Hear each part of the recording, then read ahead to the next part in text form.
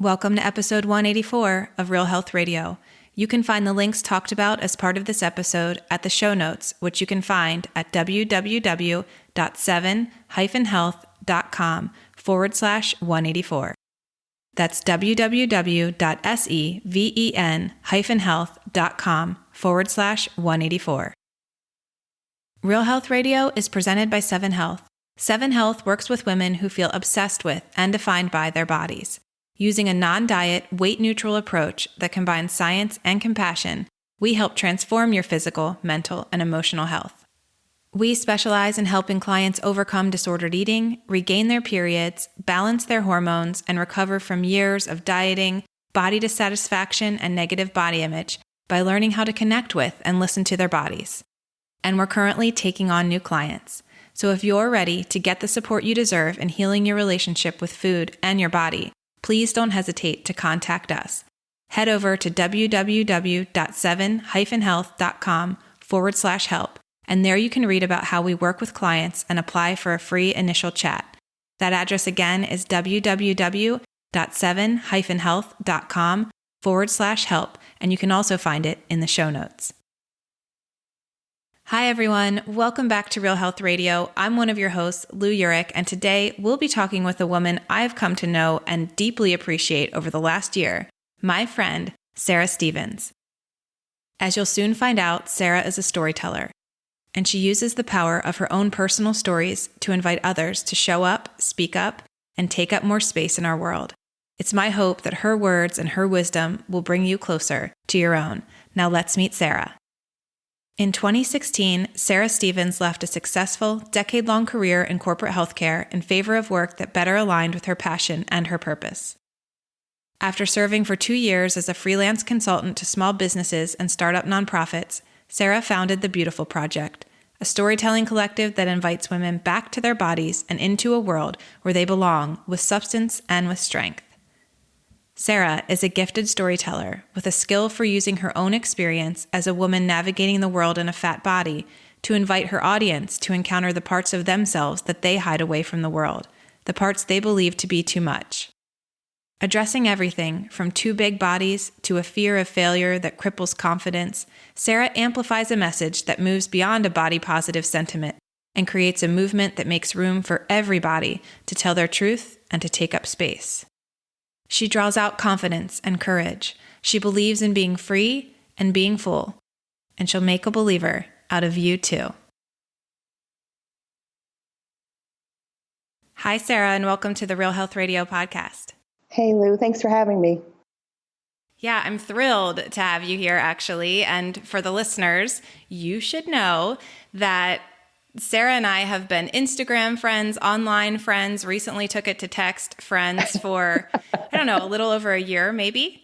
Yeah. And before recording, I was trying to figure out who the person was that connected us, because there's somebody who kind of slid into my DMs and was like, you've got to meet Sarah. I think the two of you would get along so well. And I said, okay. And I checked you out and started following you. And soon you and I were connected and becoming friends and really relating to each other. Yep. I just messaging to each other going, hey, you too? Oh, Yep. I feel less alone. Like, I get it too. That's how I feel. Yes, this. A lot of it having to do with being an introvert and a deeply feeling and sensitive person in an online space and being an entrepreneur and having to do the social media stuff. So anyway, over the course of the last 12 months or a little longer, we've become online besties. And so it's so fun to be here connecting and talking together and sharing this conversation with the Real Health Radio listeners as well. But yeah, I know a little bit about you already because we've had a year to get to know each other. But what can you tell the listeners about who you are and what you do in the world? And yeah, we'll just start with that. Awesome. Yes, I do want to just sort of validate the process too to getting here. It's like this moment of finally, we're able to kind of have a longer conversation because there was always this very natural resonance for me with everything that you had to say. So I'm just excited about the conversation too. I am Sarah Stevens. I'm the founder of the Beautifull Project. But that's sort of the current professional role. Larger than that, I'm a mama. I'm a wife to a wife. I came out late in life and So I kind of have a story around that.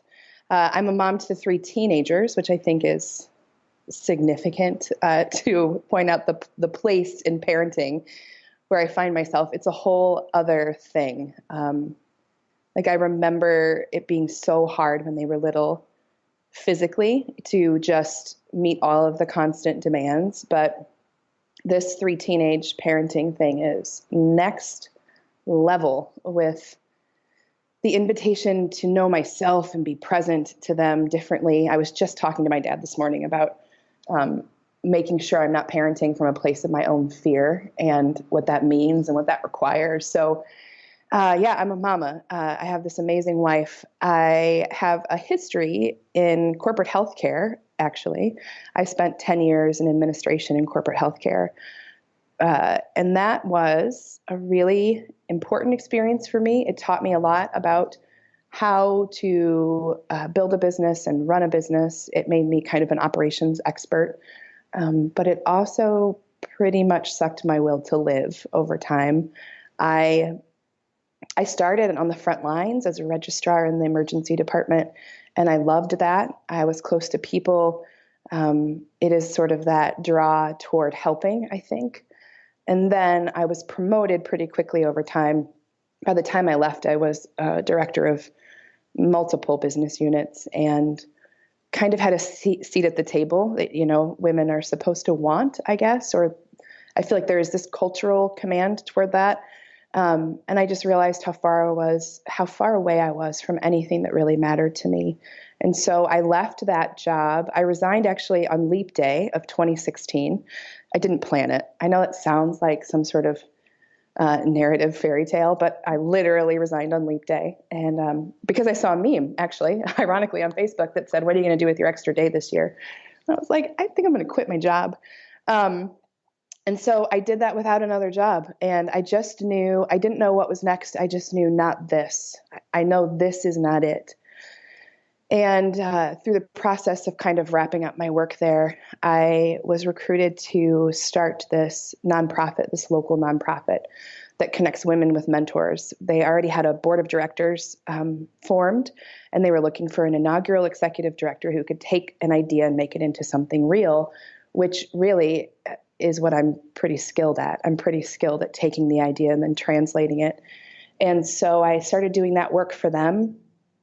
And about a year into that, I just kind of had this, well, there are a lot of things that were happening, and we can kind of get more into that. But I just had this moment where I realized that I had spent all of this time and energy making someone else's idea real.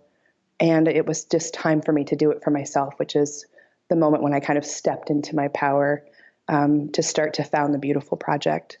So I'm also an introvert. I have a complicated relationship with social media, as you've already pointed out. I am a woman in a fat body, and I've done a lot of healing, a lot of work around understanding myself in that context and what that means culturally. And I've used that experience really to create and hold this open space at the project. So that's a lot of things, but that's kind of that's the summary of Sarah. Well, it's a beautiful summary. And yeah, you touched on so many things that I want to get on in the course of this interview about parenting, about the Beautifull Project.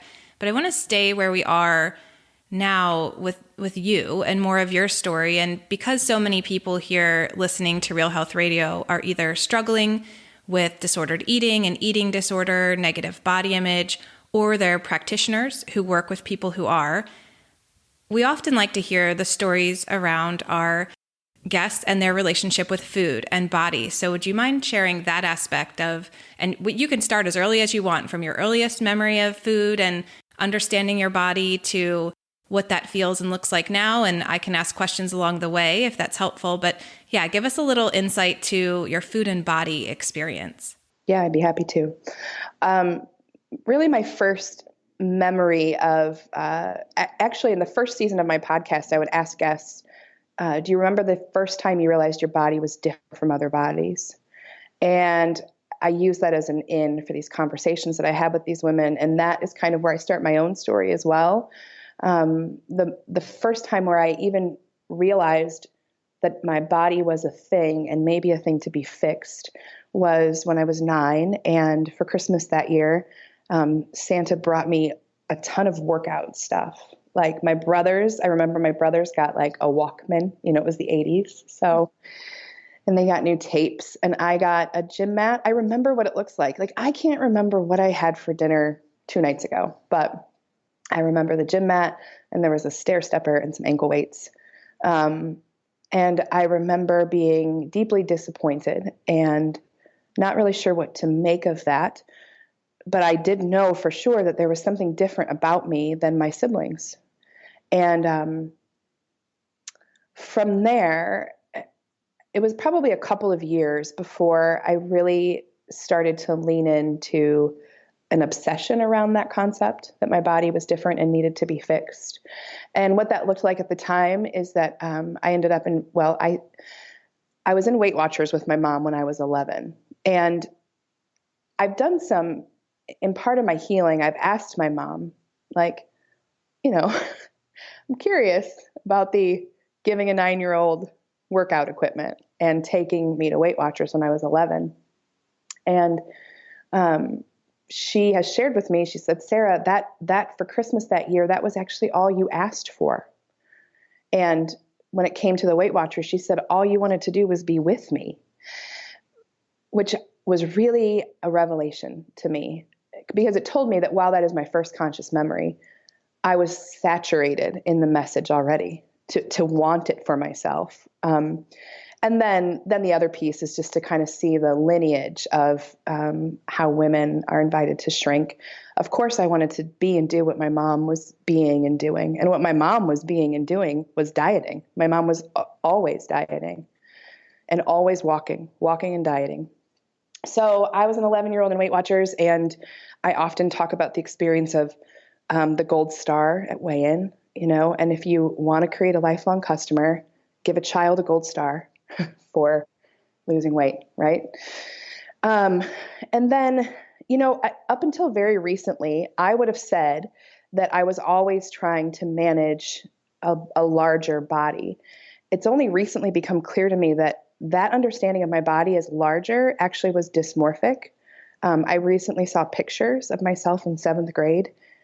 I do not remember myself at that size ever. My body was always like twice that big in my mind. So the reality is, now looking back, I can see that was the beginning of a long period of deeply disordered eating. And it started just with this real dysmorphic understanding of my body.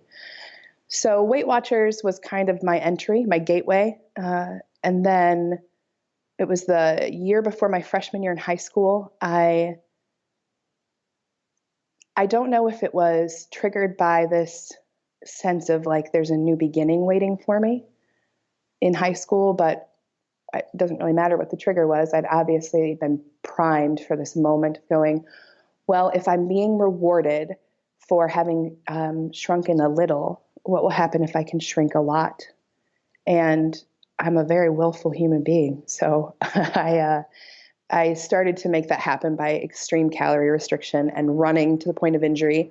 And the memory I have about that, actually, it's all kind of blurry, except for this softball coach. I was midway through the season, and he pulled me aside and he was like, I don't know what you're doing, but it is working and you just need to keep it up. And I was probably 14, maybe. So I showed up my freshman year in high school, actually at my lowest weight I probably ever was. And I remember the attention I got, which is just so clearly this sign of what I was looking for was belonging. It didn't have anything to do really with my body, except that I've been taught that the way to belong is to be smaller.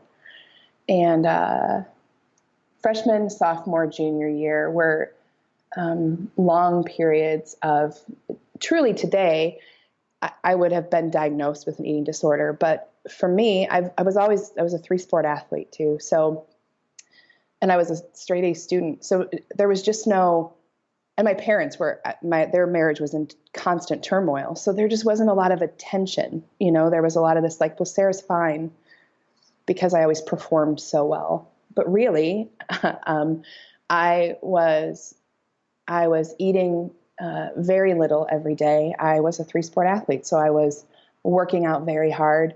I frequently would pass out.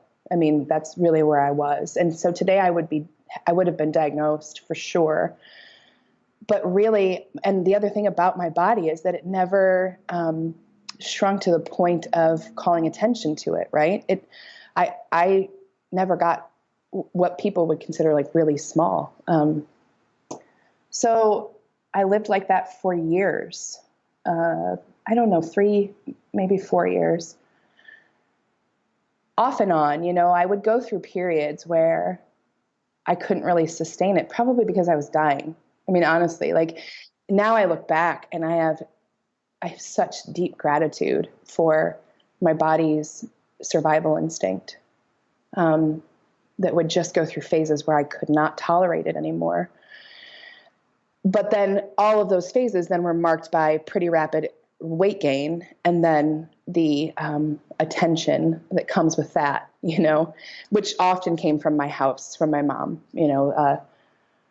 is something wrong? Anytime I would gain weight, it was, is something wrong? When I was thin, there was never anything wrong, right? So I remember going away to college and still being in that, really, it would have been a binge restrict cycle, long periods of restriction, short periods of binging, and then I would, quote, get it back under control. And exercise was always an enormous part of that.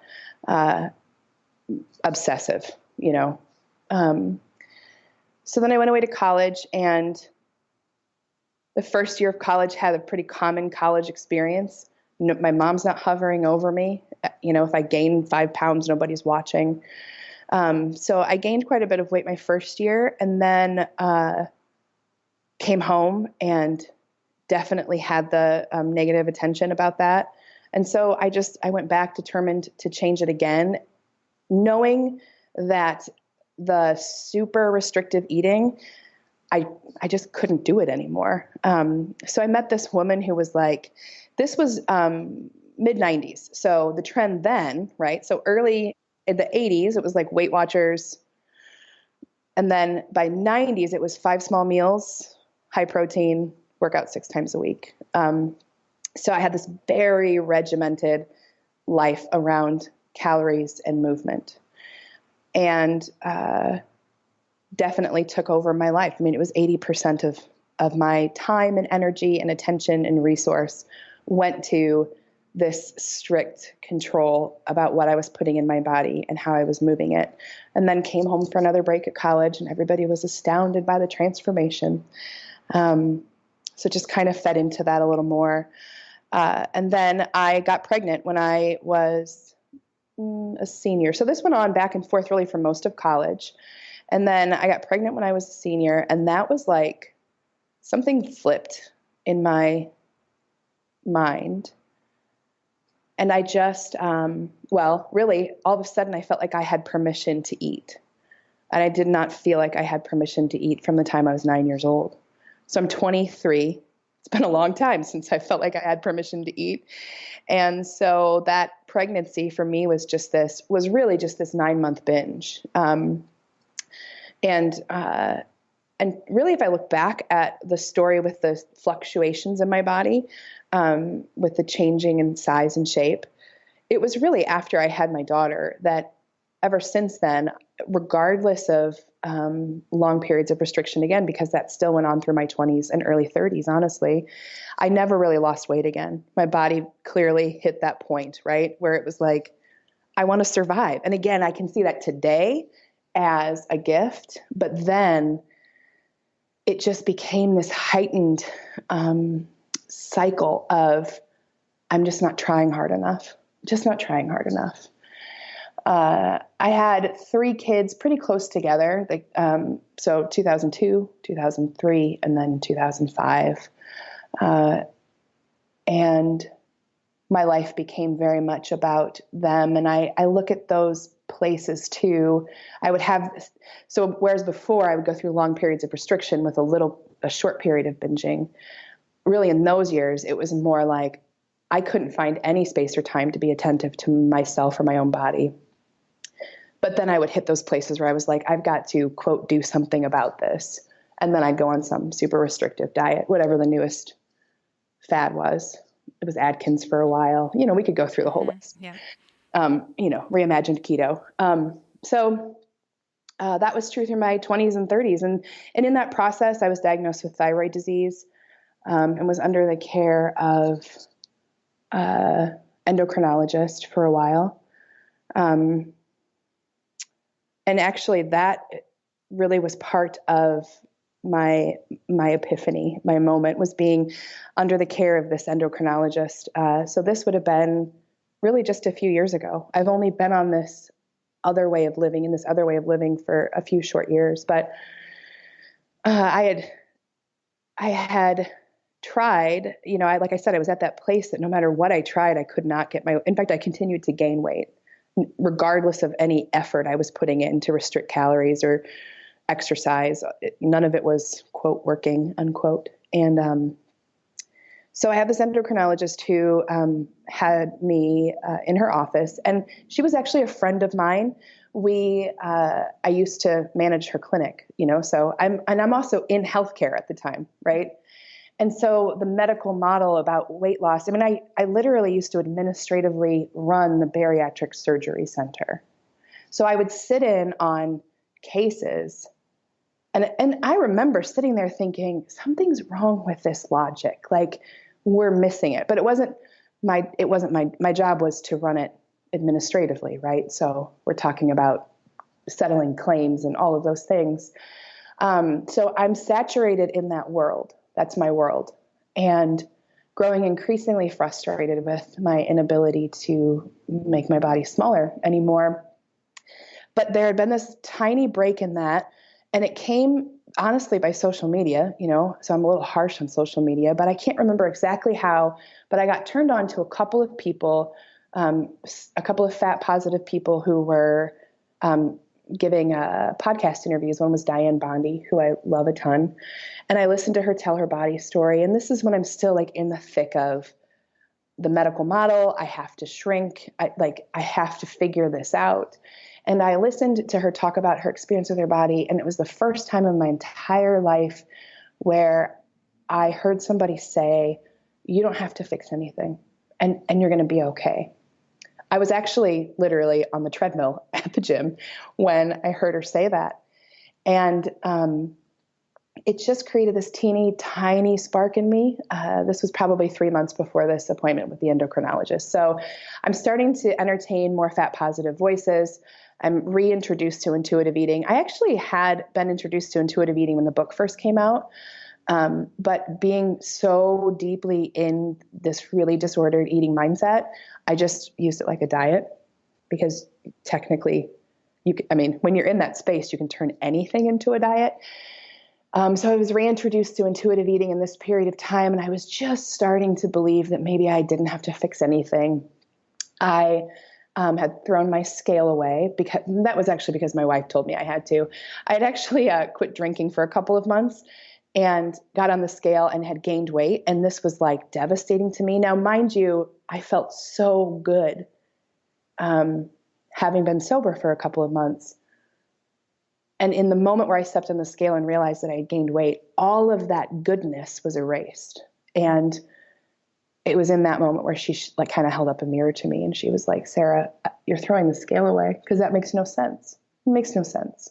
And I knew she was right. So I'd thrown the scale away. So I'd go to this endocrinology appointment feeling pretty resilient, like this is going to be okay. And I got on the scale for the first time in months, and I had gained a little weight again, and had a moment at the scale where I still had to work with the voices. All of this other way of living was new to me.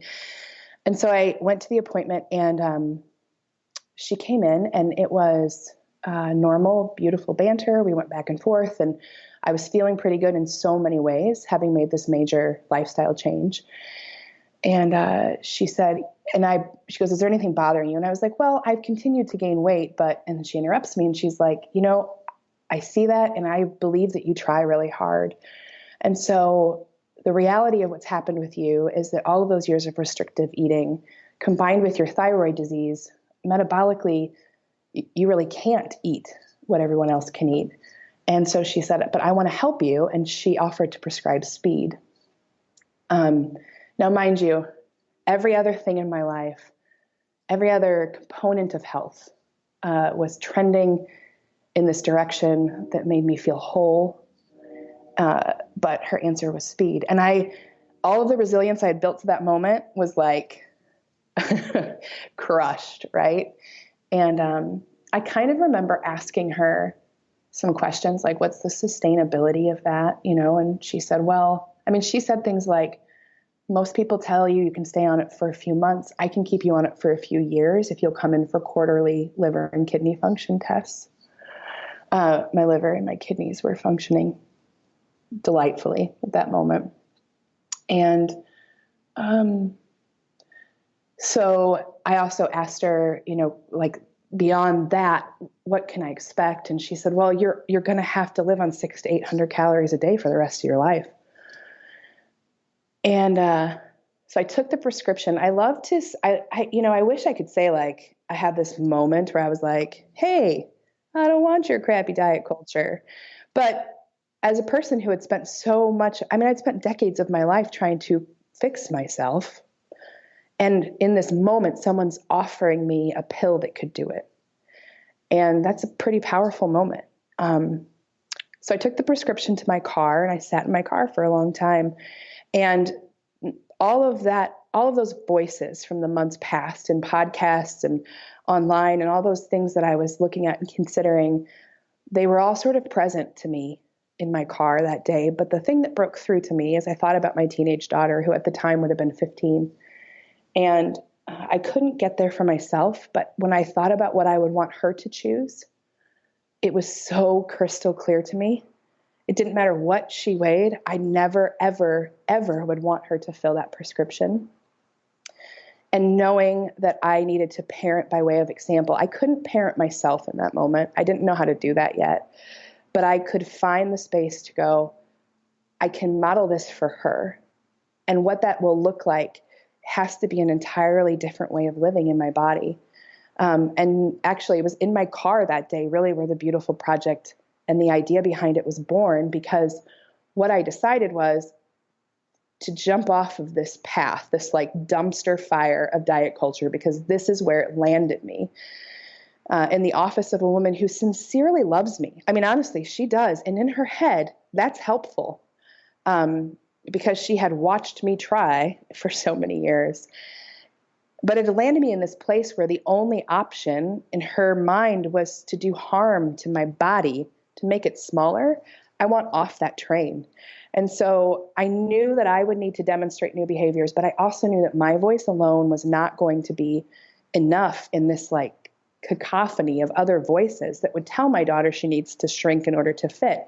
And so I had this moment where I thought, I want to bring together a chorus of courage for her and for her friends and for all of our daughters and for ourselves and for our mothers. I want to bring together a chorus of courage that can sing to her when I can't.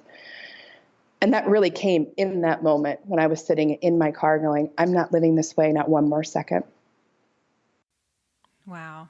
That's the story. It's a good story. And there are so many questions and ideas that came up as you were talking. One of them, even going back to when you mentioned you were in high school and no one would really ask you what was wrong when you were thinner.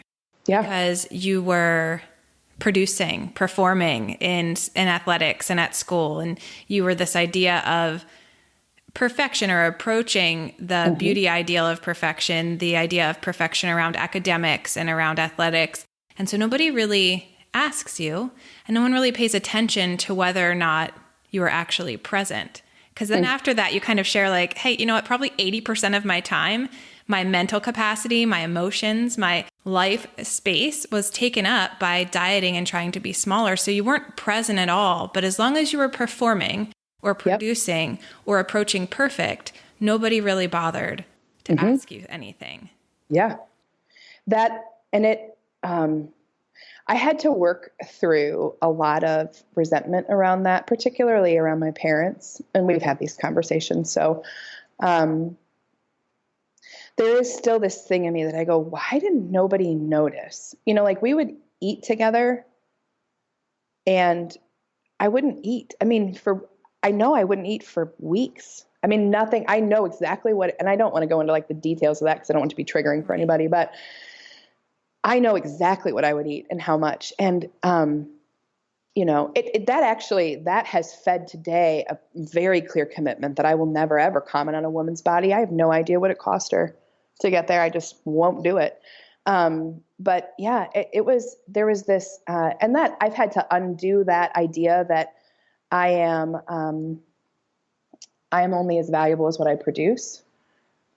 Probably for my entire adult life. I'm still in positions at times where I see that I'm reinforcing that still in my life, that my presence to my life is not quite as important as the product, the thing I'm putting out into the world. And it definitely started there. And I think we can definitely do better. It's funny because in parenting a teenager now, I am hyper conscious of that, right? And there are times where I go, am I swinging the pendulum the complete opposite direction? And I might be, and I'm totally comfortable swinging it the complete opposite direction, to be honest with you, because it's terrifyingly damaging to ignore the whole human person because what they're producing looks so good. Yeah. And I'm with you there too, as a parent, certainly. And just as a human saying, sometimes I still get caught up in, am I performing? Am I producing? But as a parent, it is so at the forefront of my mind that my children always know, you know what, your grades, that's great. Whatever. Are you trying hard? Do you feel fulfilled? And are you being a kind, compassionate person to yourself and others? If that's where you're at, I don't really care if you get an F. And, my 8-year-old, so he's my youngest, I think he got a C on a math test in 3rd grade this year, and like big crocodile tears. One of my best friends actually, she texted me, she's like, warning, I'm bringing your son home and he's crying and he won't tell me why. And when he came home, he was like, I got a C. I'm like, cool, dude. How were your friends today? Were you kind? Were you compassionate? Yeah. Okay. See you later. And he was just like, oh, okay. And I'm like, you knew mommy wouldn't be upset about that, right? And he's like, yeah, but I never gotten one before. And it was just like, okay, well, now you did. And then my 12-year-old chimes in, I got an F once. It's fine. Mom and dad don't get mad. It was just pretty funny to see that wasn't something my parents were awesome and encouraging, and really my sister and I were overachievers, straight A's. My brother, not so much. And they loved us all and celebrated all of us. So I never really got that messaging of perfection so much from them as just, the culture we're in. Mm-hmm. But I try so hard to purposefully swing the other way like you. So I totally get that. And I think that does trickle over into the things that we're sharing and that we're talking about in terms of bodies and autonomy and all of these other things, just making sure that our children have that voice. But I love so much what you said, and I was going to get into it as we talked about the Beautifull Project, but you brought it up now in this idea that sitting in that car after being prescribed speed, and again, this whole idea is that this medical professional who you shared did have a love and an affinity for you personally, still was in that moment going, hey, the product, a smaller body, is more important than your presence, is more important than your liver health, your kidney health, than the fact that you'll be clearly malnourished if you're only having that minimal amount of calories per day. Doesn't matter. We're prioritizing the product. We're prioritizing getting you closer to perfection. And I always say that in quotes. Not your presence, not really being able to enjoy the world and experience food and experience laughter and relationship and human connection and movement and all of these embodied experiences you can have. But will that body you're in look right? With, again, that message. And then you go, I don't want my daughter to hear this. And I want a chorus of people. It can't be just me. I want more people around her. And I was wondering where that chorus of courage idea came from and what it meant. And what I'm hearing you say is it's the idea of raising our voices together, Yes. though we might have different stories and Yes. experiences, lifts us all up, moves us all forward. Mm-hmm. Yeah, because we are, it kind of reminds me of, in some ways there's intersection here with race. Okay. So for instance, a few years ago, I listened to a podcast called Seeing White. It's a great series. Yeah. Seen on radio. Yes. Amazing. That opened my eyes to whiteness. And the reason this is relevant, and I can crosswalk it here, is that I'm a white woman. I don't see what is all around me. Like I'm in it, right? I'm in the center of it. I'm saturated by it. The same is true when it comes to diet culture and understanding our bodies and our relationship with food. And you don't see it until the second that you do see it, right? And then you see it everywhere. And so what's been really important for me is to help women in all body sizes and shapes and stories to hold this space that allows them to see it and to see the way that it may, they may be in a thin body and have not had the same story that I've had, but the message to shrink in order to fit has still impacted them, and I think that holding that space for that kind of a chorus, for that many voices, is actually how we turn the tide here. But I say that, and then I have moments where I'm like, this is like swimming upstream in a way I can't even get my mind around, right? Because again, we're so saturated by the message that tells us to shrink everywhere. So, but I do believe that this is the way to do it, to bring voices together, because there will be moments too.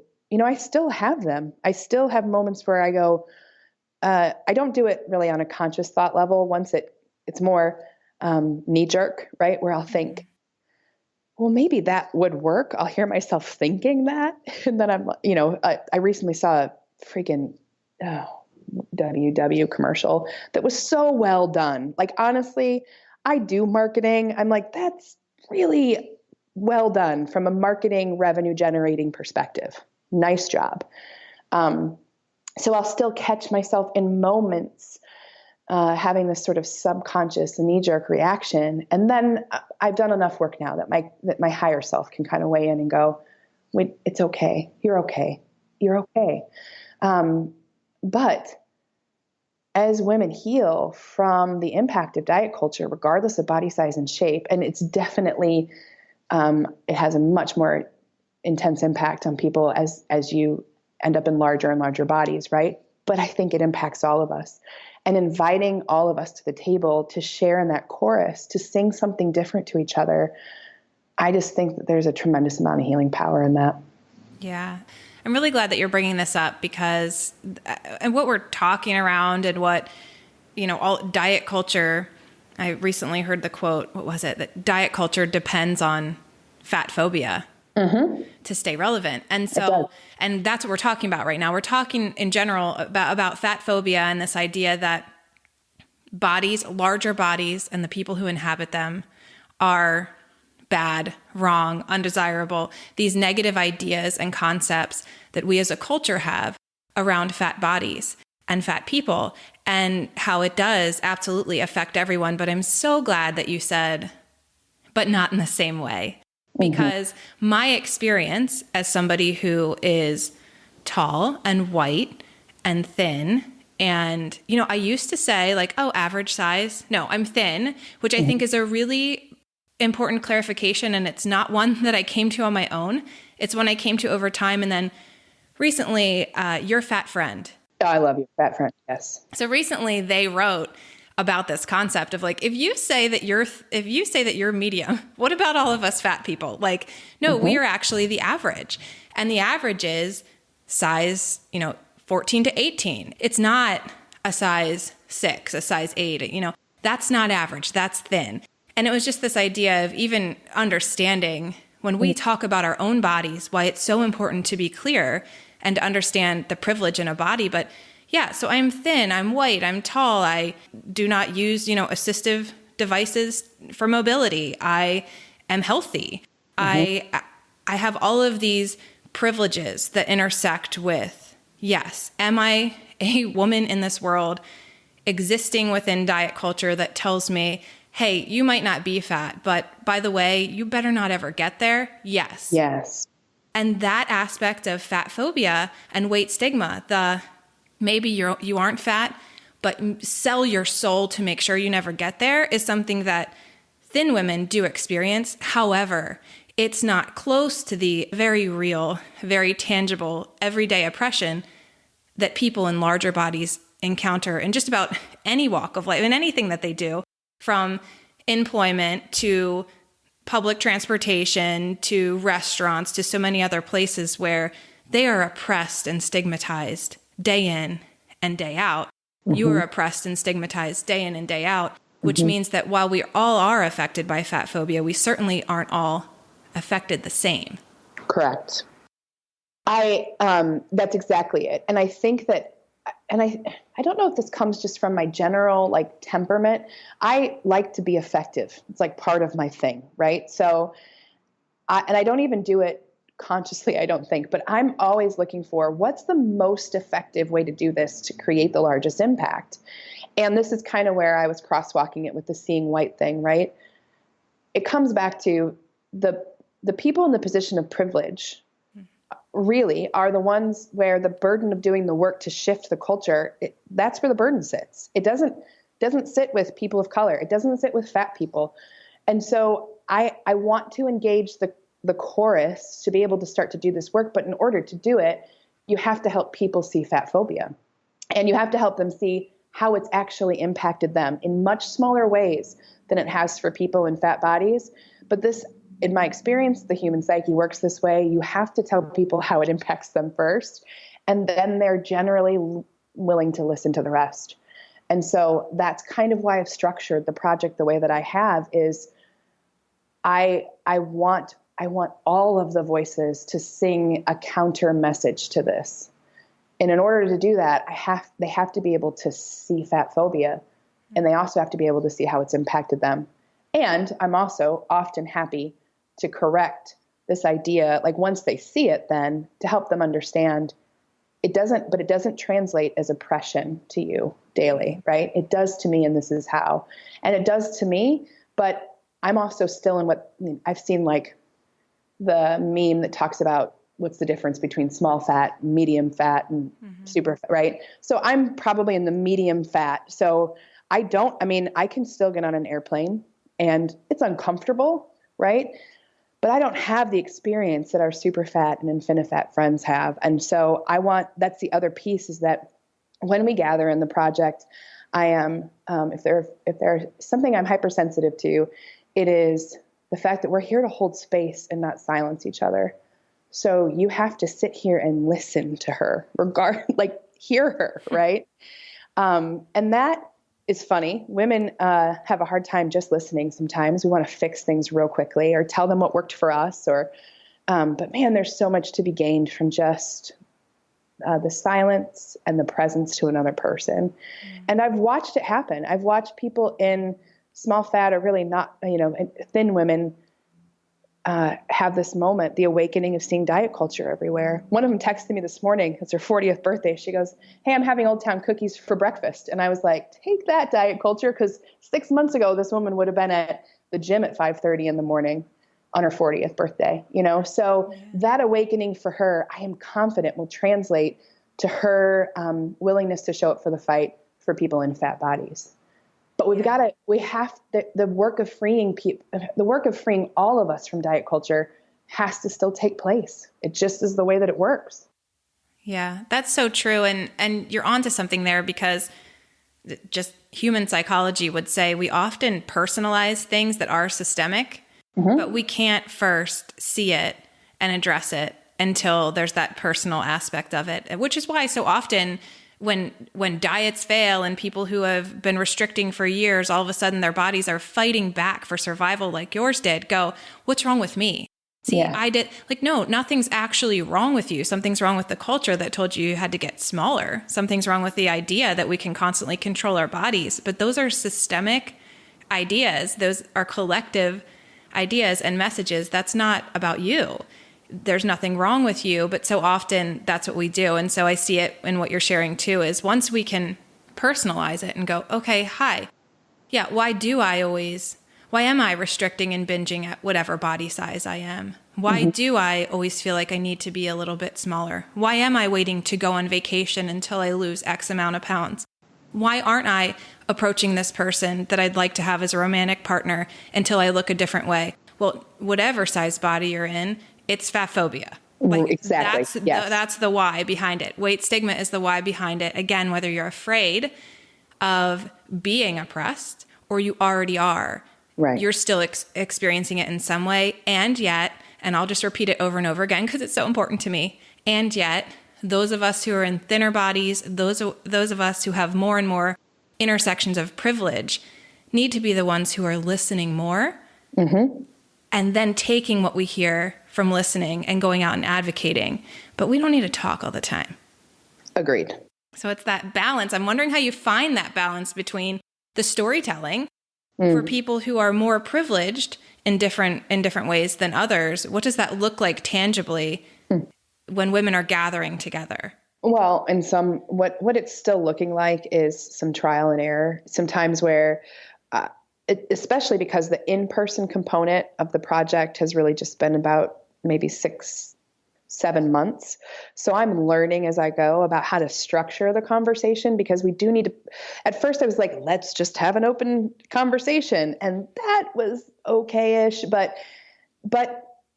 those systems of oppression and people's lack of awareness around it just played in, right? So, and I don't even fault the individual in that. Like, you're literally a cog in a system of oppression. You don't see it. Of course you don't. I can't just invite you and go, you're going to see it, right? So I've started to structure the time together a little bit differently, to hold up a mirror, and they don't necessarily know this is exactly what I'm doing, but to hold up a mirror for them about the ways that fatphobia has impacted them.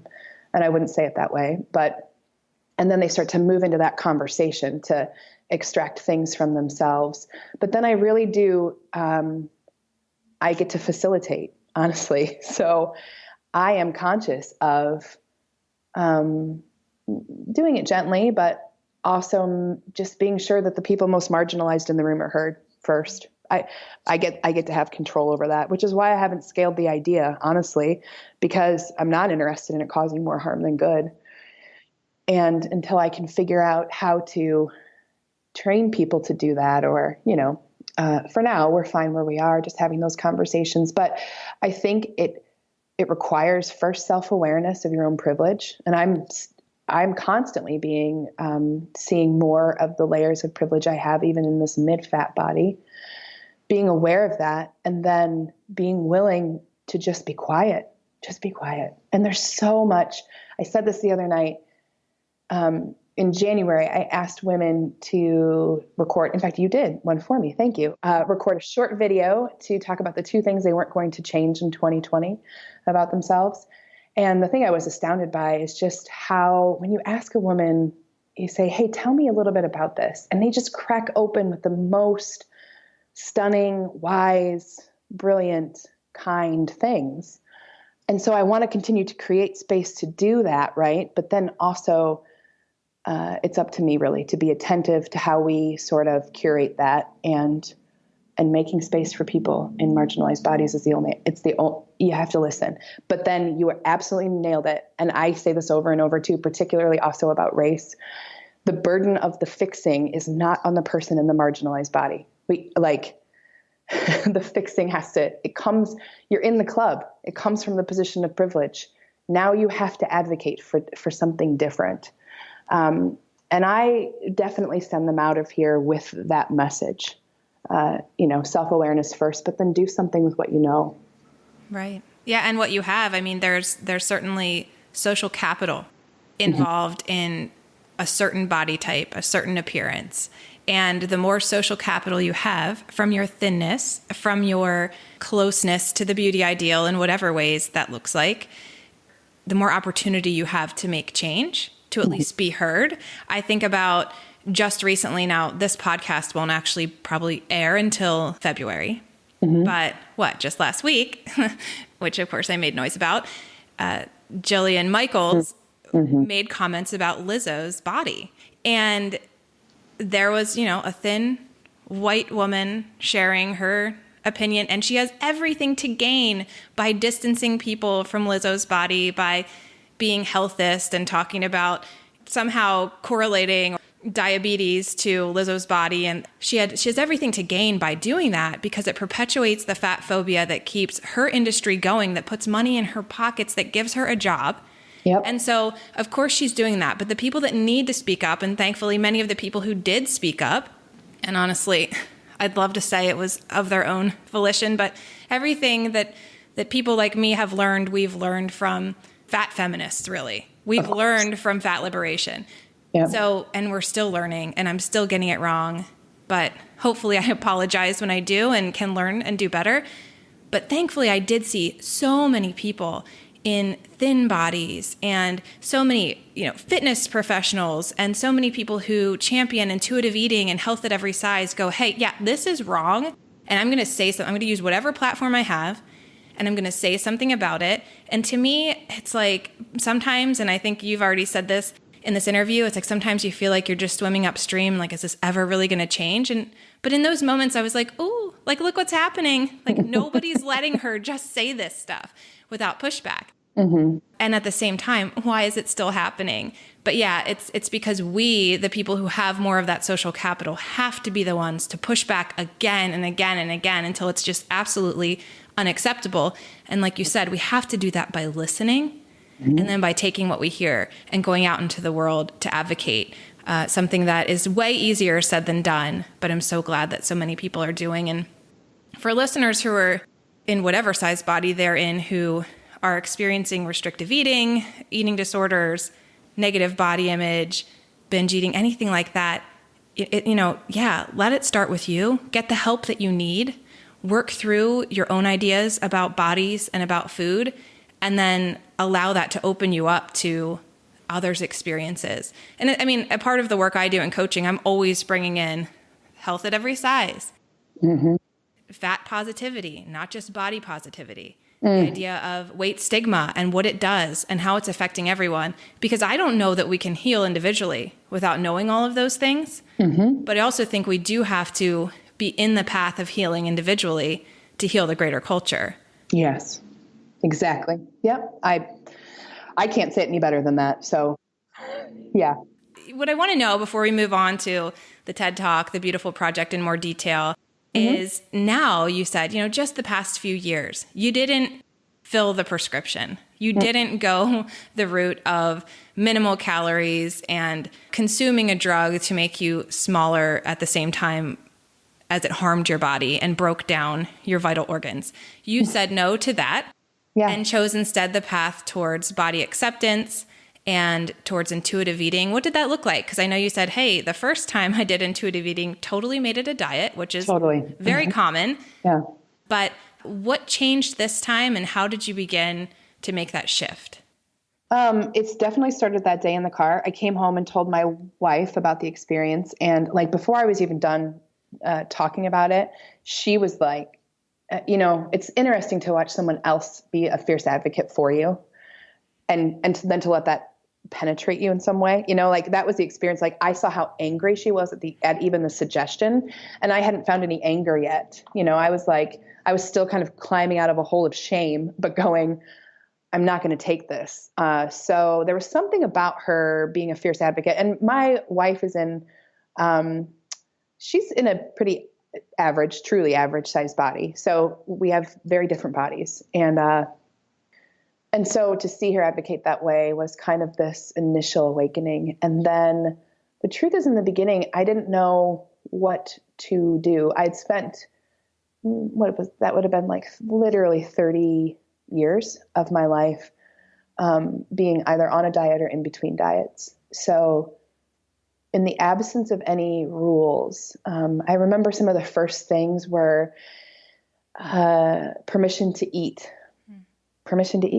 And in particular, permission to eat certain things that had been restricted my entire life. So permission to eat macaroni and cheese out of a bowl instead of hovering over the pan and shoveling in like 4 bites real quickly. Like, I won't ever forget the first bowl of macaroni and cheese I sat down at the table. So it was, for me, it was general permission to eat, which I would be doing a disservice to your audience if I didn't talk about the extraordinary fear that I had in the absence of external rules.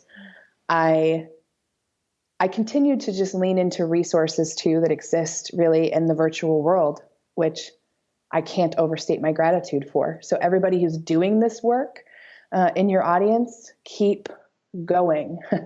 I was saved by it in so many ways, by the free resources we don't have locally. Well, actually, as I've done more of this work and gotten some more visibility, I have found a couple of local intuitive eating dietitians and some folks who are doing this work. There's literally maybe a handful, 5 total, and they're in surrounding areas. So in the beginning, I relied heavily on virtual resources to start to heal and have any idea around. I mean, it's like a whole new vernacular, it's a new way of thinking, being, speaking.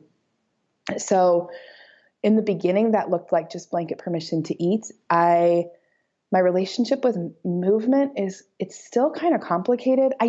Because I do sincerely love moving my body, and I always have. But then some of the spaces are still so triggering.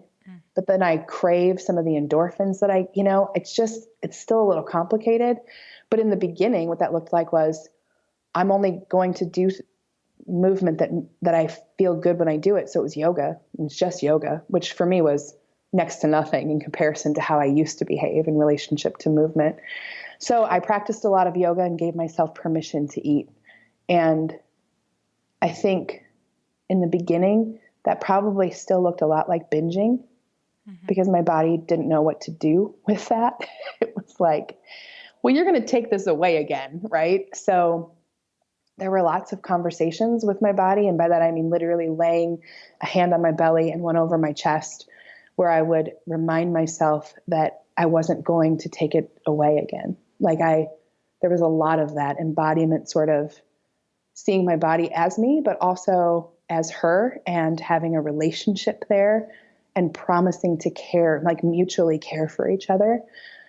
That all happened in the first year. And then I just started to see things that didn't feel good in my body and things I wanted to change, like how often I avoided sitting down at the table to eat and how much I wanted that experience. I actually ended up having my appendix and gallbladder removed kind of emergently at the end of the first year, which slowed me down drastically, which was actually really good. And it slowed down also the experience of eating. And I had this one day, I made this bowl of soup, and I'm at home by myself recovering from surgery, and I lit a candle because it was quiet enough for me to do that. And I had this, it was like a homecoming. I don't know how to explain it. It was like coming home, and it hasn't lasted all the time, right? But there was this real moment of mutual nourishment between my body and myself. And I cried over the soup, which I'm not a big crier, but there was a lot of weeping over that soup with that candle. And I just, I realized that was what I wanted more of, that present experience. Because this is true in general, but the disconnect, sort of the dissociation with everything about my body and my body's cues and everything had been true up until that point. So presence to hunger, without being afraid of it, was huge in my healing. Fullness for me I'm still working with that.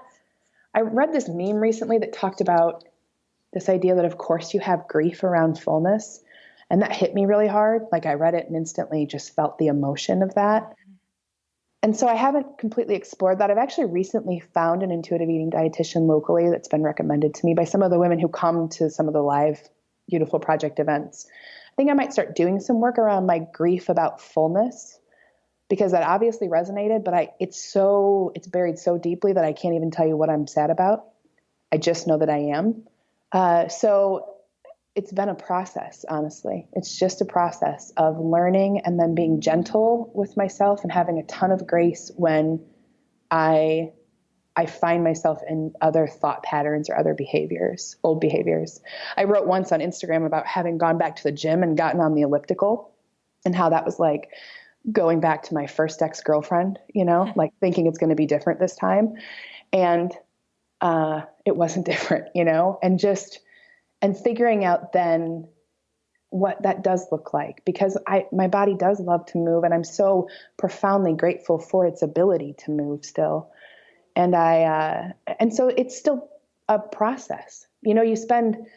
I think that's been the most important learning for me, is that unlike a diet where it's Monday and you start, right? And then there's like a end point or something.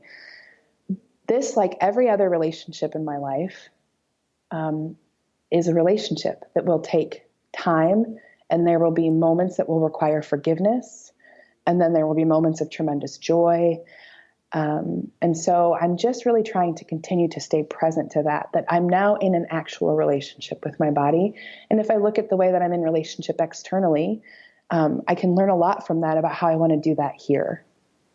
Yeah, that's very good. And I'm glad that you brought that up. For so many listening, that is one of the hardest things about becoming an intuitive eater, recovering from obsessive exercise or restriction or disordered eating. It's this idea that like, oh, but when I had rules and somebody, some quote unquote expert, to tell me what to do and when to do it and how much to eat or how much to move and on what days and in what ways, there's safety there because of the structure.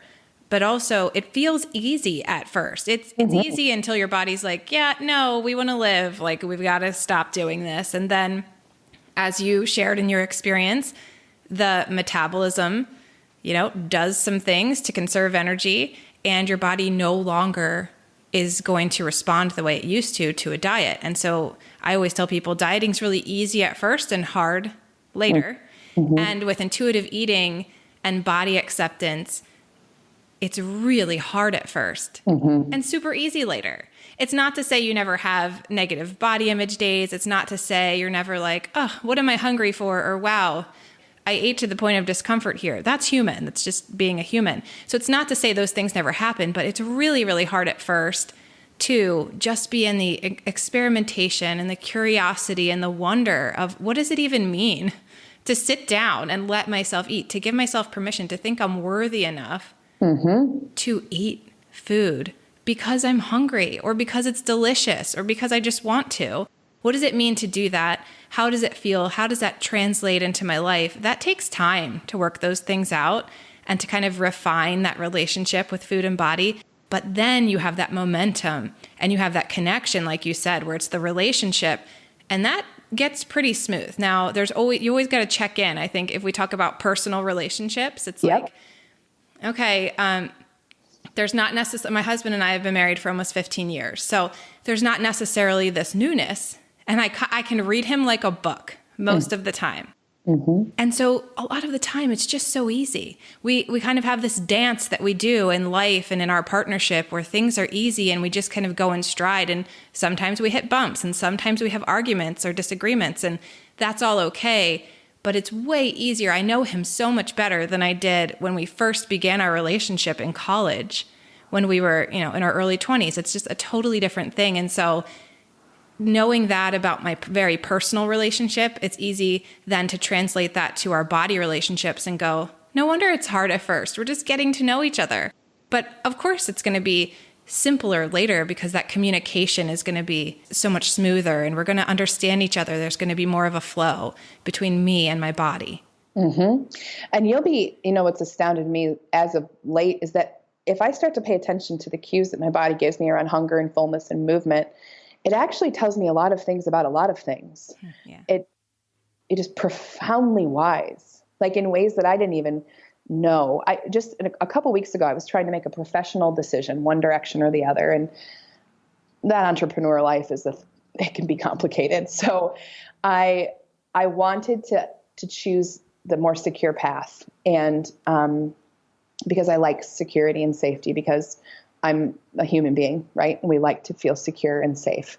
And I was looking for some external ways to do that. And my body was almost instantly responsive. Like I woke up and I was grieved before I was even awake at considering this choice. And by the third day, my neck had gone out. I couldn't turn my head. I was like, I'm literally out of alignment. Like, what am I? I mean, my body just astounds me at how wise and responsive it is now that I'm willing well, first of all, to stop starving it, like I'm willing to hear it and I want to be in relationship with it. And it's very obvious to me that it's what it wanted all along, actually. I'm just happy I showed up to the game because it's pretty good here. I'm glad you showed up too. Thanks. Yeah. And speaking of showing up, I think that's a great transition to your TED Talk, which is really about being seen. And I have to say, so Chris is the founder of Real Health Radio. And when I talked to him about like, oh, I want to have my friend Sarah on and check her out, I sent him your TED Talk, which we will link in the show notes because I want every listener who is able to take a look at it. But I sent it to him and he's like, oh my goodness, yes, bring her on. She's so awesome. I just watched that and we've got to talk to her. So just so you know, we're big fans of you here at Real Health Radio and huge fans of this TED Talk, which was really about, well, it was called Stripped, The Art of Being Seen. Yes. And I don't know if you want to tell, I don't want to give the ending away because I think the ending is so powerful, what you say and what you do. But if you want to talk about it a little bit to the listeners, sure, we could go from there. Yeah. And it's so funny because I always get torn about that too. Like, do I just close the ending and take away this, like the sort of surprise element of it?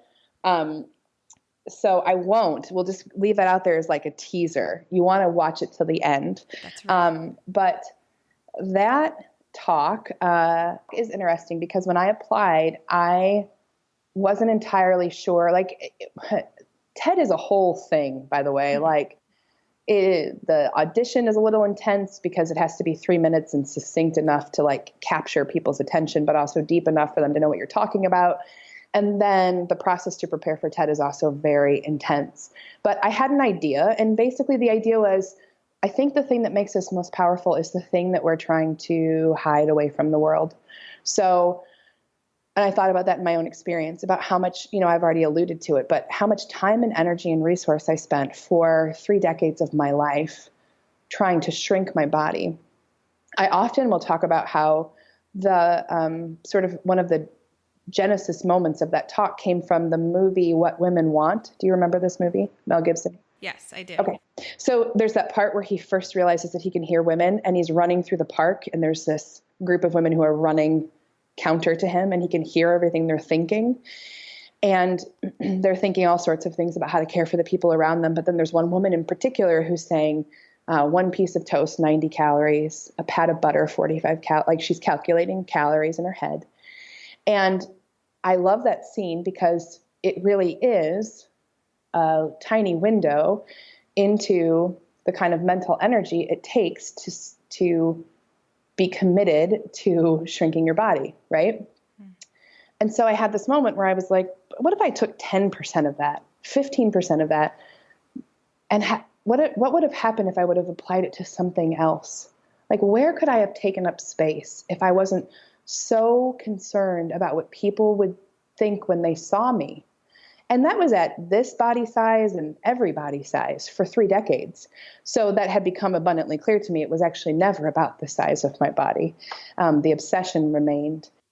And so I thought about the fact that most of us are walking around doing that. There's something under the surface that we go, well, what if they find out?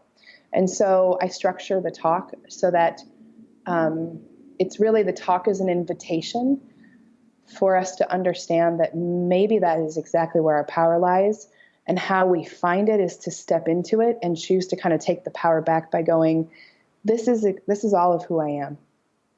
And I can stand in that place. And now can we get about the rest of our lives? And so it was Beautifull Project specific in many ways because I talk a lot about my experience in a fat body.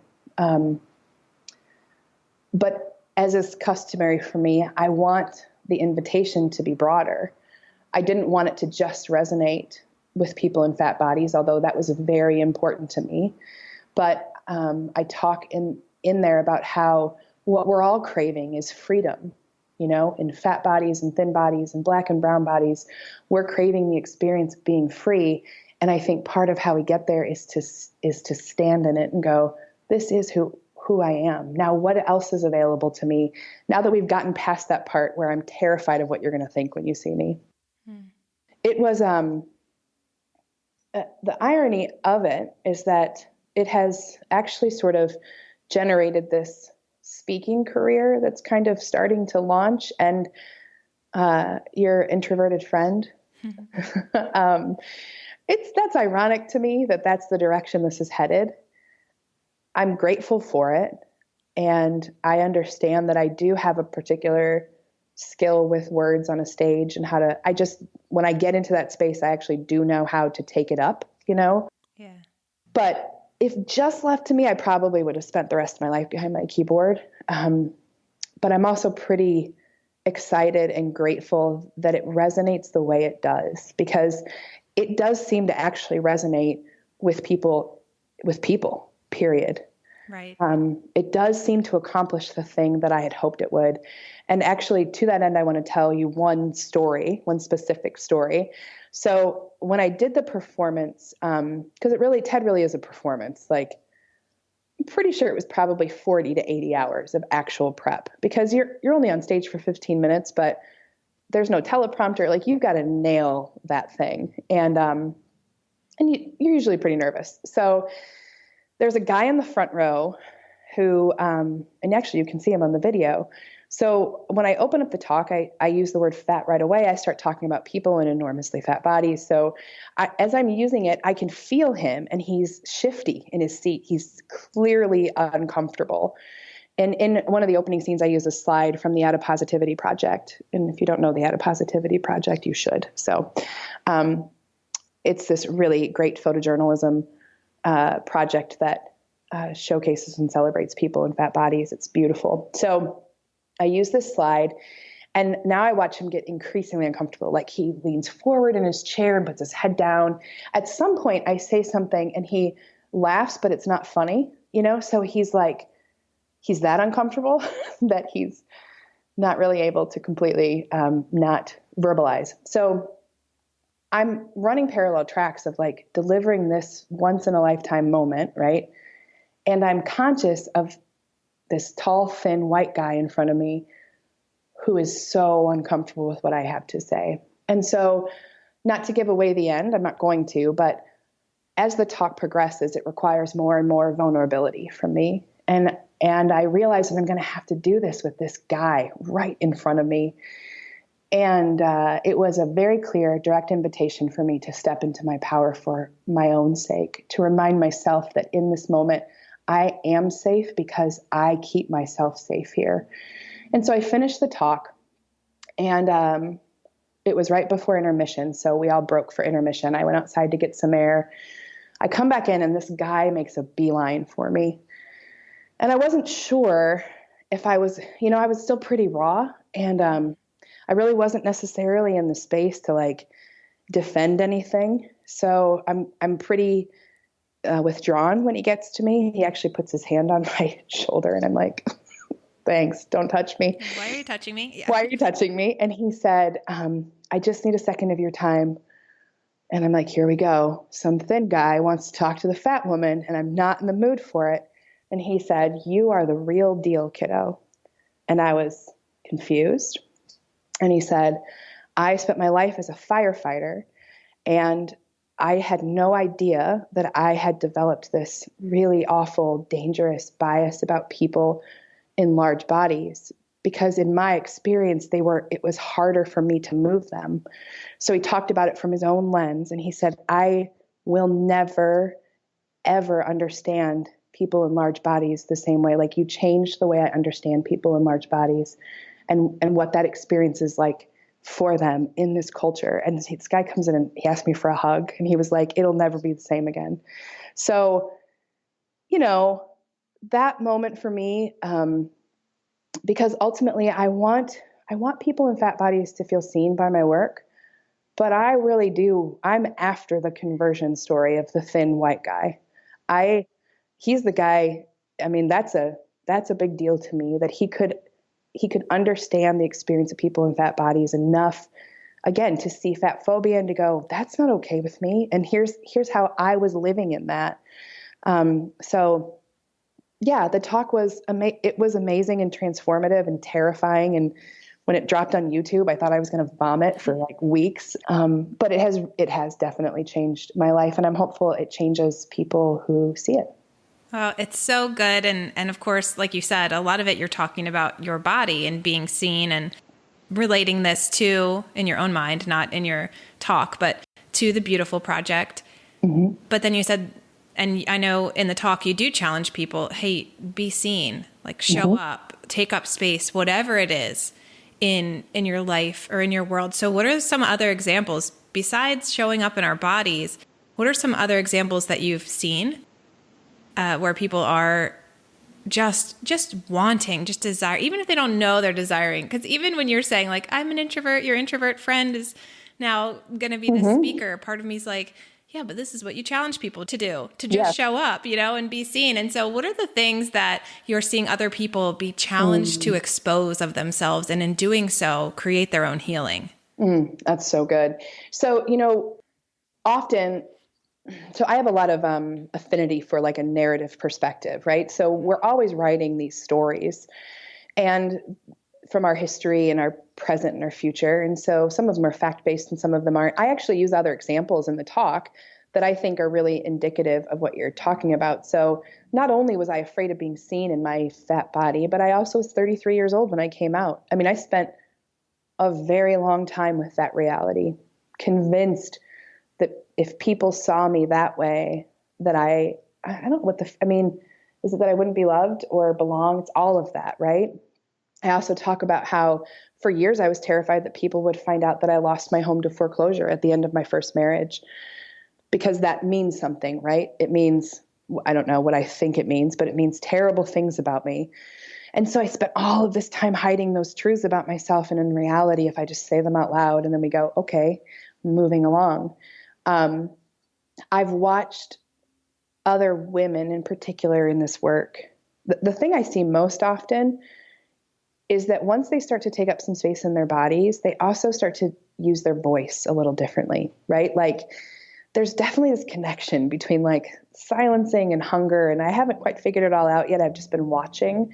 But one of the things that I've seen consistently, particularly through the project, is women being invited to take up space. And then they go, here's the truth about my story.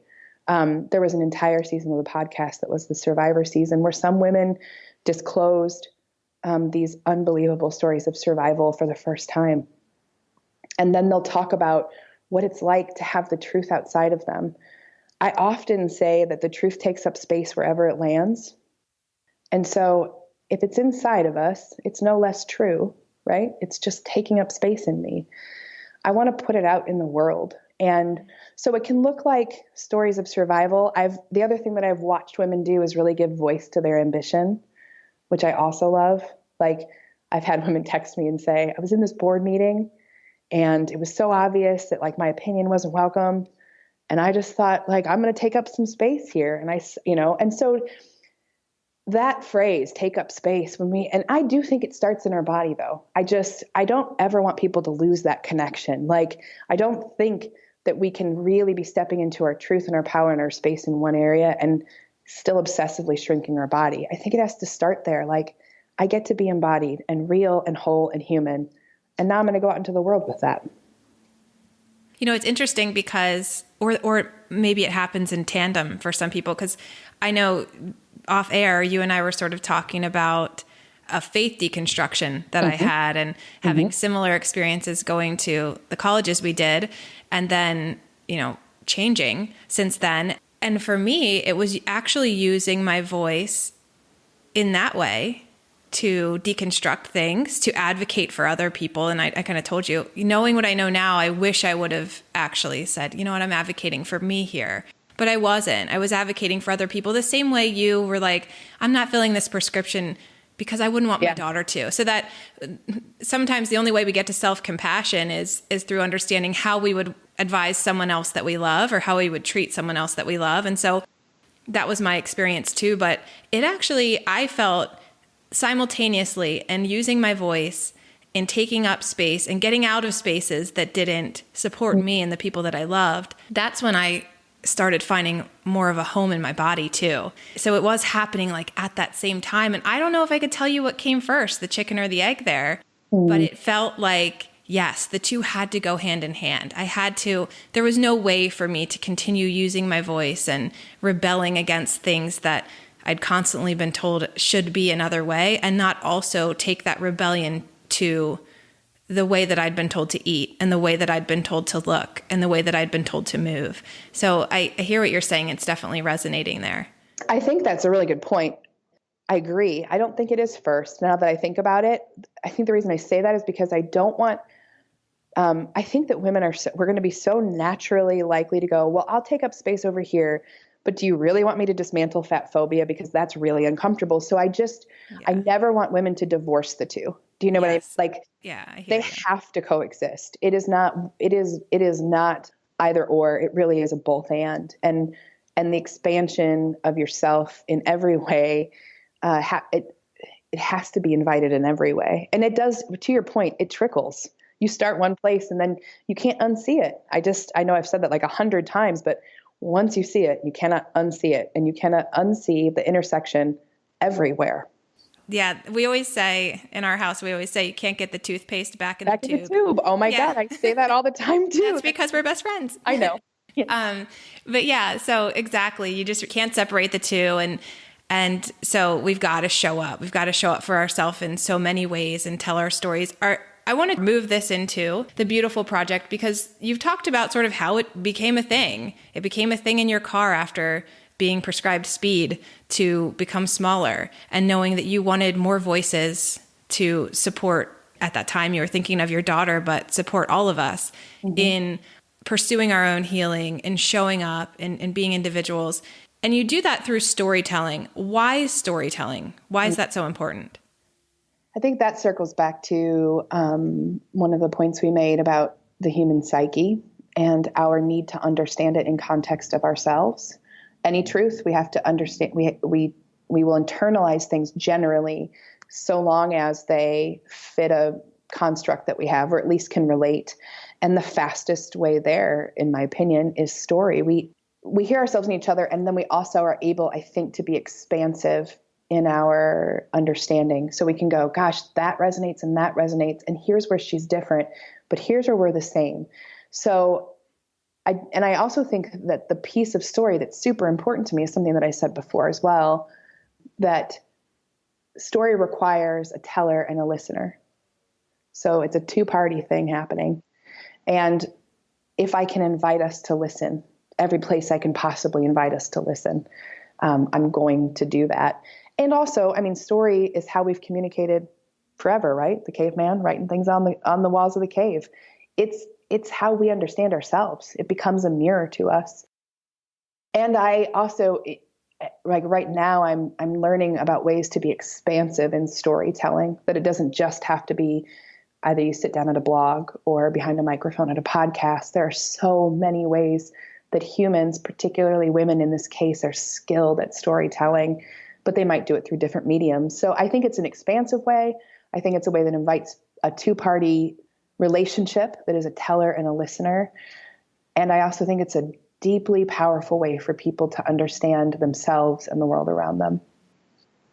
So that brings a question to my mind, which is, how are we defining listening, or what does listening look like in the context of this storytelling? Because, there's some people who may be better skilled at listening than others, who I'll say in my own life, if I'm thinking about when I feel safest telling my story or sharing those parts of me, it's with people who are clearly invested in my story and supportive. What does listening look like in this storytelling collective of yours?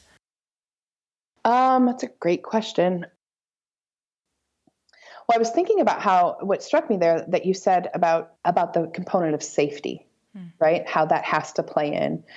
So the truth is that is a one-on-one thing that I do with the storytellers, right? So I am good at this, and I don't know why, and it doesn't matter. Maybe it's just for this.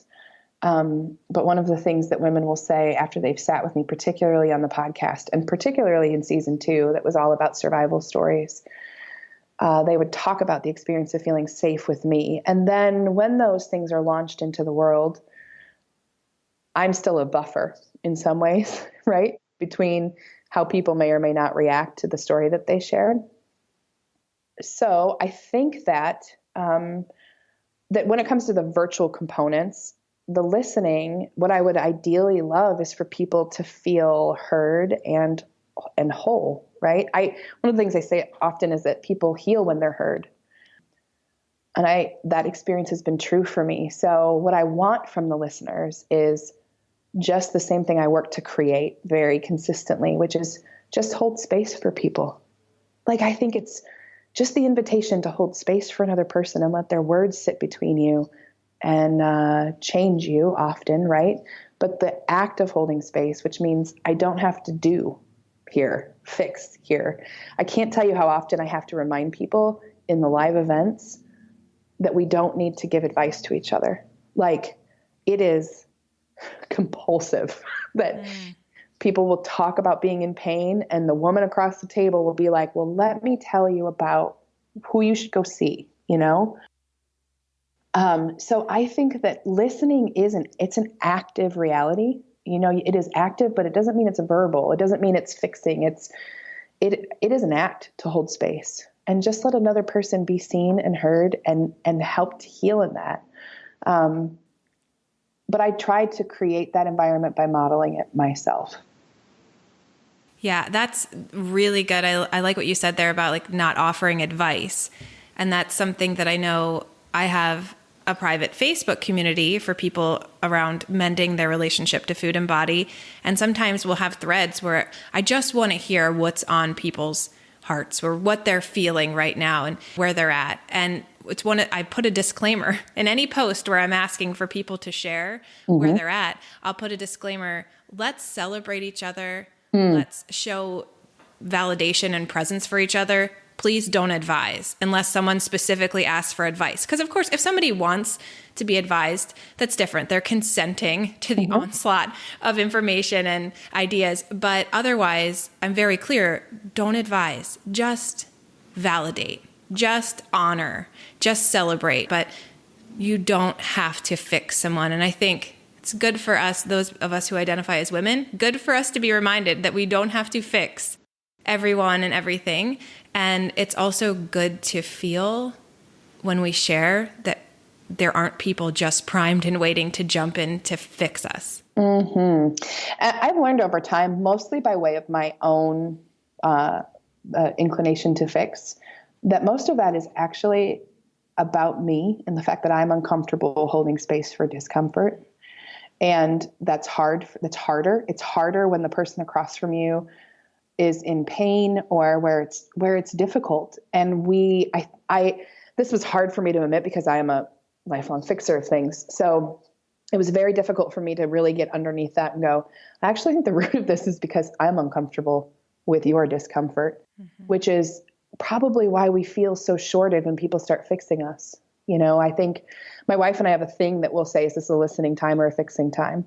Because we need a cue. Sometimes we need a clear cue. You know, do you want me here with suggestion or don't you? And I just make sure that in the project, it's really never a fixing time because we're really dealing with a collective of storytellers, right? Nobody's necessarily more or less qualified to give advice. I want to be careful about us heading down that road without qualification to do so. And I do think there's tremendous healing in just the act of having space held for your truth. So are there any stories that shouldn't be told? And maybe shouldn't's not the right word, but are there any stories you'd advise people to hold more closely? Yes, it's such a good question. So I actually have an example of this. So in the second season, the Survivor season, some of those interviews got to me by way of referral from other people because they heard about the season and they were like, oh, I know this survivor. It'd be great for her to tell her story. This happened more than one time, actually, so I don't have to be too specific to identify the person if they might be listening. So there were a handful of interviews that during the process, it was very obvious to me that they were still in process of doing the work. And we're all in process and doing the work for our life, right? Like that's a reality. But particularly in my opinion, when it comes to trauma, I just think that one of the acts of committed nourishment we can give to ourselves is sort of that promise of protection, that you're safe, that you can keep it private to do the work for as long as you need to do it. And there were times where I would sit across the mic from a survivor and just know it. Like to put this out into the public sphere would actually be to sensationalize her pain. Mm-hmm. And I can't do that. So I had to have some difficult conversations that in some situations actually, I think were painful for the person, because they were like, no, but I really want to amplify it. But I feel a sense of responsibility, right? Because they've asked me to hold this. And I'm not saying I'll never air it, but like while you're still in like clearly in space, like PTSD spaces, I think that's a disservice. But I think it was wonderful to hold space where it was just she and I, right? And so that's kind of the thing. It's not that you need to swallow it or silence it. It's the where and the how, right? And I think the first rule in that is, do I feel safe doing it? And only you can answer that, right? So what was interesting for me is I did this whole Survivor season. And then in the last episode, this was not the plan when I launched the season, but in the last episode, after this whole year sitting with survivors, decided that it was time to publicly talk about my own experience surviving sexual assault. Mm-hmm. And this is a memory that I didn't actually have until probably 5 years ago. And in this situation, I felt like these other women had led in this way that invited me to share from a similar space. So I shared it on the pod as the last episode of the season, and then really had a pretty intense reaction to that, and realized that I had in some ways kind of broken my own cardinal rule, and asked whether or not I never asked myself if I felt safe enough to share it publicly. Mm-hmm. And had I probably would have said not yet. So it put me into a position that I had to do the work, the intense work in therapy for a few months after that. And I feel much more safe and grounded now talking about it. But I think in this culture where we put everything out, right? Or we feel like we should be putting everything out into the public sphere. The only guardian that you have available to you is yourself in that. And so I think the question of, am I safe to do it here? And the answer is going to be yes in certain situations. It doesn't always necessarily mean that you need to shout it out over a podcast, right? So I think there's just a lot of individual discernment. It's a very long answer, but I think it's individual discernment. And I tell women all the time who show up at the live events, you don't have to say a word while you're here. You do not have to say a word while you're here. Yeah, I like that. And for me personally, it's validating, and I'm hoping for many of the listeners, it's validating. I know I have my own stories that I still hold tightly, and I'm a pretty vocal and open person. Mm-hmm. Live my life relatively unashamed, and I'm not ashamed of this story and its related trauma, but I still don't totally know how I feel about it. Mm-hmm. And so I've decided to hold it closely, even though there's been opportunities in podcasts and other situations to share it publicly. Not ready to do that. But I love how you said you can still tell your story.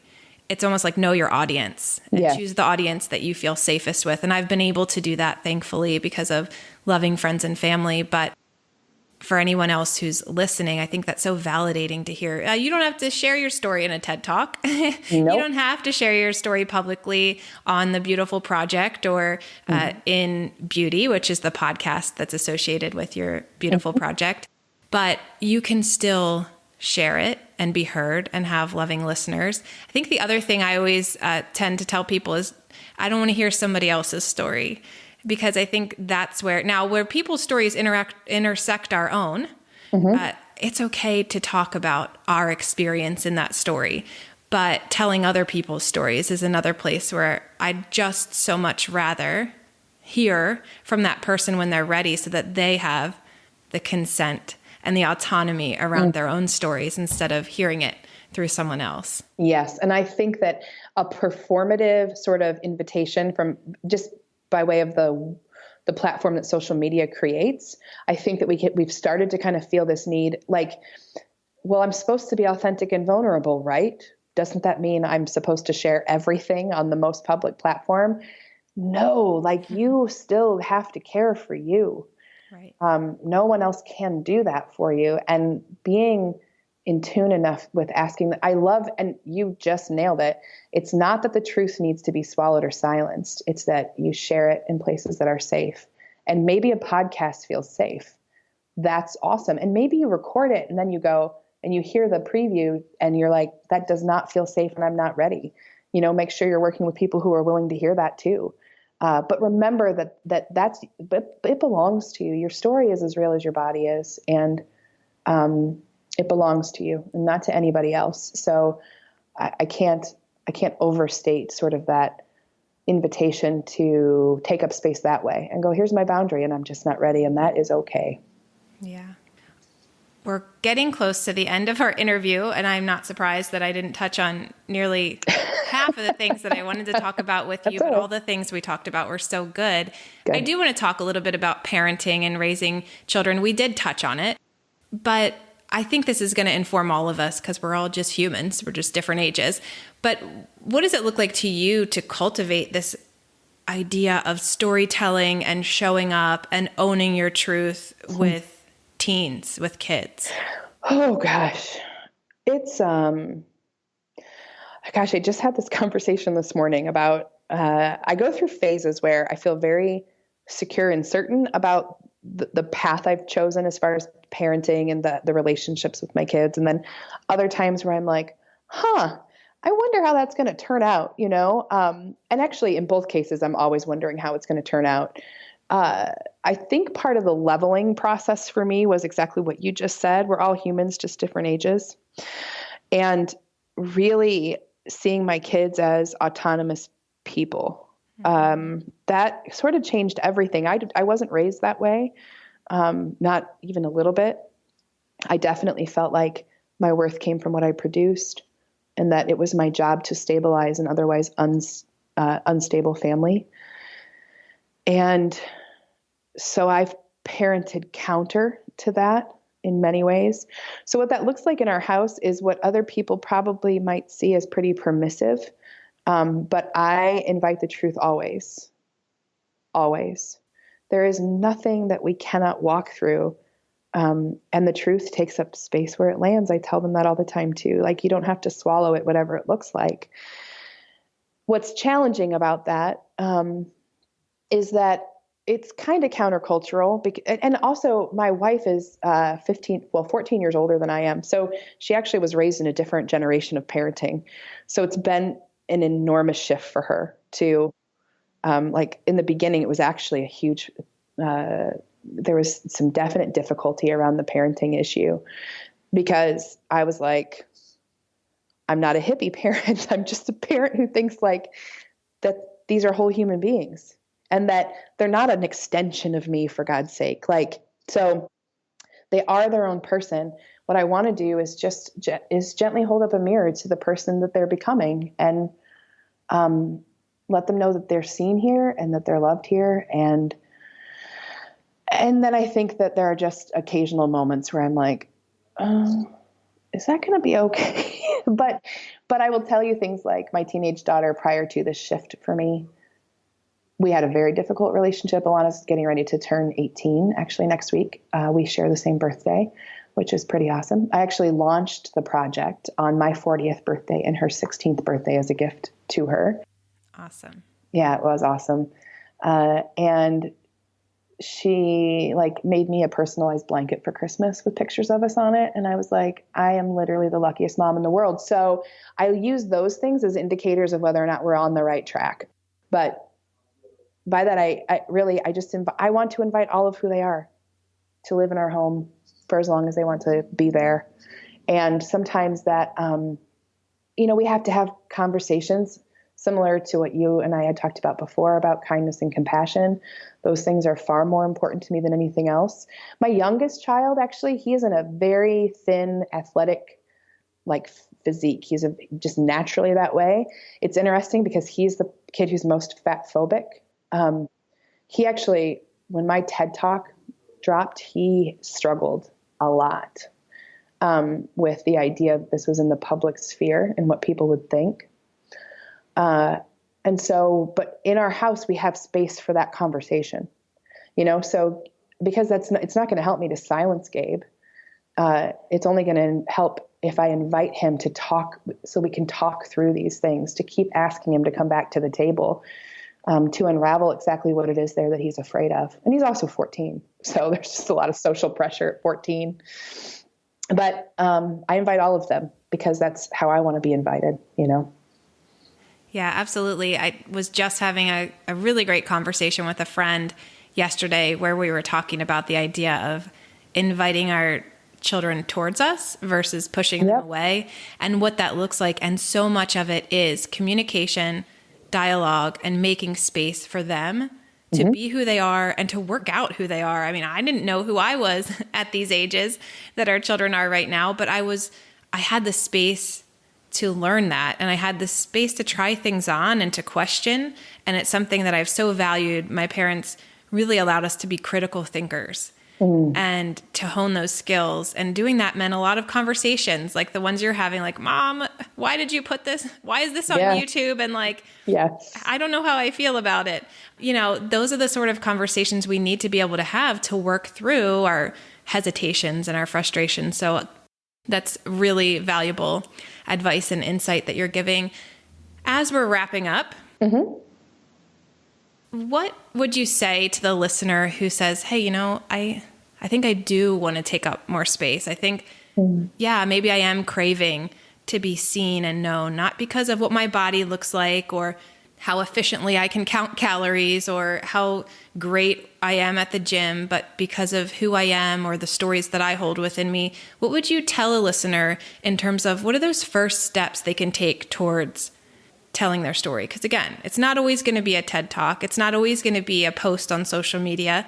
What can they do to start accepting and then articulating their own stories? I think it starts with know yourself first, right? So before I can externalize all of this, I had to know myself. And in the TED Talk, I talk about how that started for me actually with staying. For me, it was a very embodied experience, staying with my body long enough to find something to love there.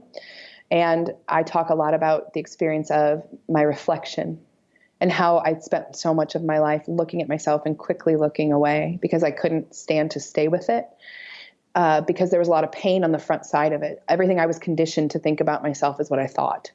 But what I found is that if I stayed with myself, so in my situation, it was really staying with my actual literal reflection. I would start with the judgment and the criticism, but if I stayed, it would just move through me because it wasn't of me anyway, never belonged to me. And so for me, the knowing myself started in that experience of knowing what I actually look like.